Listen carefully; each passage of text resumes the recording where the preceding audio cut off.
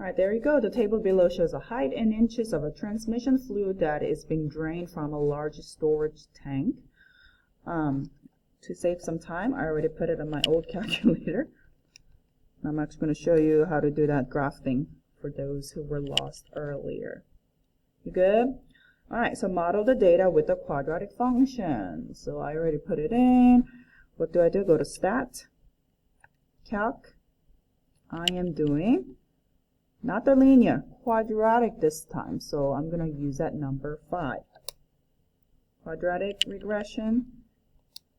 I hit enter. See, notice I didn't really see anywhere where I can like put the graphs and all that for my old one. So this is what I got. So let me write that down. It's a quadratic in a standard form. So it's going to be y is equal to 0.00774 x squared. That's the a value, the leading coefficient of the x squared.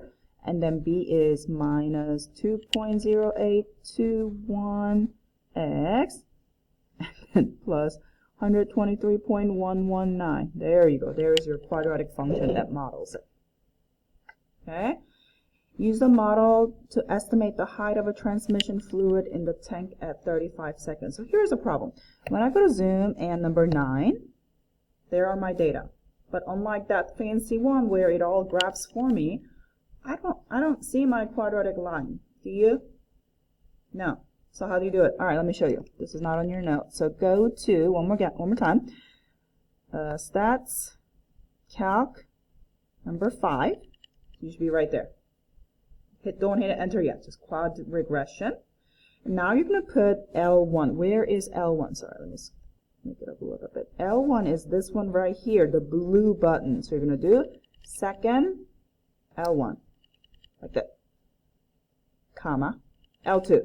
Second, 2, L2, and then comma, you have to put Y1. Where is Y1?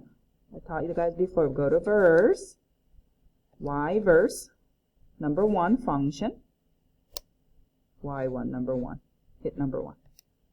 So it should look like this. One more time, quadratic. So same thing for the linear regression. You do the linear reg, and then L1, comma, L2, comma, Y1. Hit enter. Well, it's going to be the same. But now go to graph. Look at that. It's graphing for you. Okay, so what should you have on your calculator? You should do, where are you? It should be the quad regression L1, comma, L2, comma, Y1. This is the little shortcut you need for those who couldn't find it. Okay? All right, now letter B, use the estimate to find the height of the transmission fluid tank at 35 seconds. That means your X must be 35. Right, well, I already have a graph, so I'm going to do this second calc value. What is X? 35. See how easy it is? So Y value, 59.723. So height is 59.723 inches. Which kind of makes sense because it should be in between these two, right? Yeah, I'm good. How long will it take to drain the storage tank? All right. Draining means height should be what? 0. Like everything should be drained out. Like nothing should be left. So I'm looking for when Y value becomes 0. Right? Because it's getting smaller. It's getting shorter, shorter, shorter. Water is getting down. You're looking for 0. I'm looking at my graph.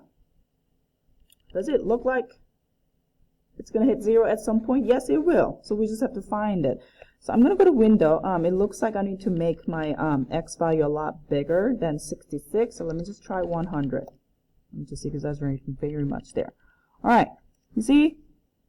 It's going to hit right here. It's going to hit right here. But I don't really see the negative Y values. So I'm going to make Y minimum a little more smaller, like -10. And I don't really need this big one. So I'm going to make that 10. I'm making it really 80?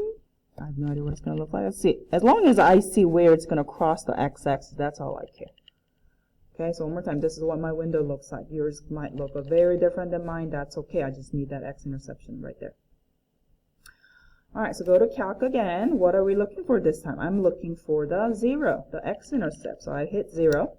Ooh, good review problem. I need you to go to the left of that x-intercept, somewhere there. You see? Hit enter. Right. Somewhere right side of that, hit enter. Guess. There you go. So how long does it take when x is 87.743 seconds? Cool? Alright, so hopefully that was helpful. Try that one more time on your own without looking at my direction, because just like that minimum and maximum that we've been doing on Unit 1 earlier, this is something that we should know how to do it without all this directions, right? So try one more time by yourself without my instruction, and then once you're done, in your Google Classroom there should be the IEP for today, which is in the Delta Math. So go and then do it. Do not use Delta Math calculator. Use your own calculator to keep practicing. Okay? So finish that Delta Math by next class. I will see you. Bye-bye.